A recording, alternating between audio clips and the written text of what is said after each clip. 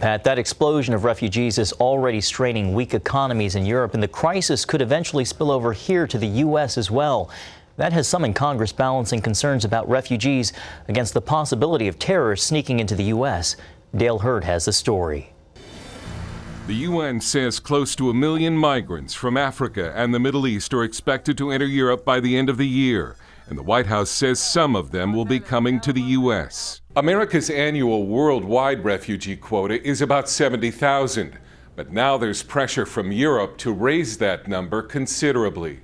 No decisions have been made about future resettlement going, past this fiscal year, but I do think it's reasonable to expect and to assume that there will be additional resettlements going into next year. What that's going to look like, how many, I don't have a number for you. Today, European Commission head Jean-Claude Juncker announced a plan to distribute 160,000 migrants and refugees across 22 nations in Europe. And he stressed that it was wrong to be concerned that the refugees were mostly Muslim.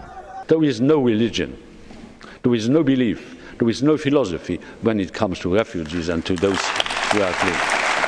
This Syrian refugee about to leave Turkey says the danger in Syria is also big because there is war. In Turkey, we cannot find a job. A quick death is better than a slow one because if we die at sea, we die quickly.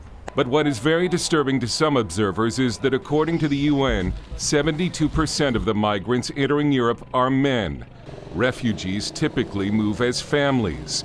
Terrorism experts have warned that ISIS has a plan to send fighters to Europe.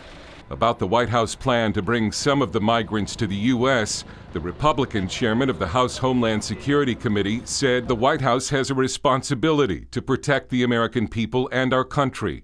Terrorists have exploited the refugee process to sneak into our country in the past, and officials have warned my committee that we lack the on-the-ground intelligence in Syria needed to confidently vet individuals for resettlement.